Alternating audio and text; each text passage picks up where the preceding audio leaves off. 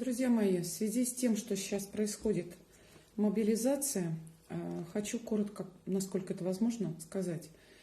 Нет указа президента 647 от 21 сентября 2022 года о мобилизации частичной. Его нет. Так как он не подписан, нет гербовой печати президента, нет его инициалов, это является, согласно 102 распоряжения администрации президента от 15 января 1997 года, пункт 2.2, является проектом. Это проект указа президента, который имеет право на дополнение, изменение, и только после этого будет подпись президента и будет его печать, где он ставит визу свою и согласует, что это указ. Пока что это проект указа с печатью канцелярии, без подписи президента. Президент такой указ не подписывал о частичной мобилизации. То, что нам показали по телевидению на следующий день какую-то картинку, что к нам якобы обратился президент, мы с вами не знаем. Сейчас технологии высокие, был ли это президент, говорил ли он это, либо нам просто озвучили то, что нужно его голосом. Все может быть, ничего не исключаю. Но в любом случае указа о частичной мобилизации президента Российской Федерации нет. Есть проект. Поэтому все, что сейчас творят военные комиссариаты окружные, это незаконно. Они нарушают статью Конституции, а они обязаны работать по Конституции, согласно их же документам. Дальше. Военкомы сейчас, на военкомов нужно смотреть, какие повестки вам вручают, потому что 11 лет назад все военкоматы были ликвидированы. Зайдите на ФНС, на официальный сайт и набирайте эти военкоматы. Те военные комиссариаты, унитарные, казенные, которые существуют один на город, один на район и так далее, у них нет подразделений, поэтому к ним ничего не присоединялось. Вот. Далее. В этом проекте даже указа по частичной мобилизации, которого нет, да, это не указ, я уже сказала. С этим всем нужно идти в суд. Дальше. Смотрите. Дело в том, что там, что указано в проекте, о том, что будет считаться на военную службу, принимаются по мобилизации и будут иметь статус военнослужащих, проходящих службу в вооруженных силах по контракту. И пункт 3 этого проекта указа о том, что по контракту выплачивается денежное довольствие. Так вот, согласно статьи 32 Федерального закона о воинской обязанности военной службы, вот он.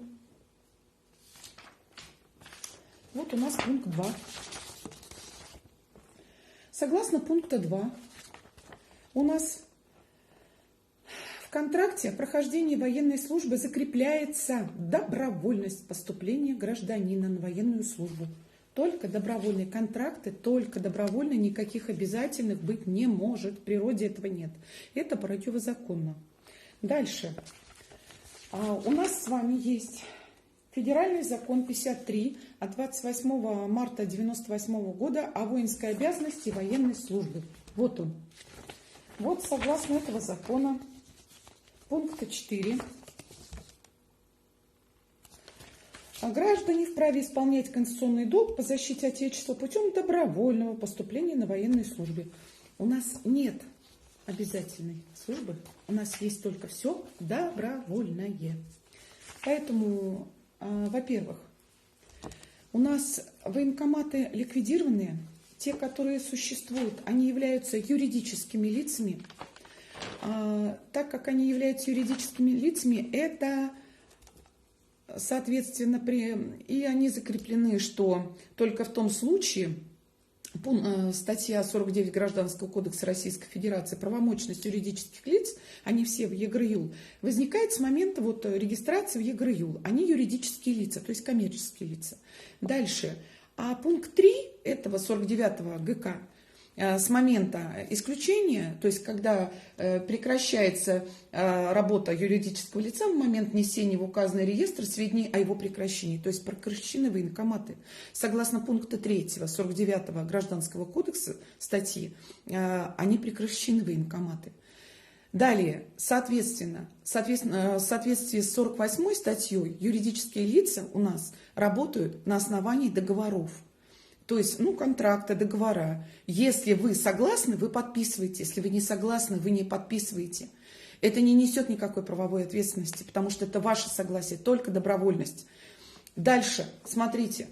Те военкомы, которые сейчас нарушили статью Конституции, потому что, согласно положению о военных комиссариатах, пункт 3, военные комиссариаты в своей деятельности руководствуются Конституцией Российской Федерации. В Конституции Российской Федерации у нас написано, статья 2, человек, его права, свобода являются высшей ценностью, признание, соблюдение, защита и прав свобод человека, гражданина, обязанность государства, обязанность.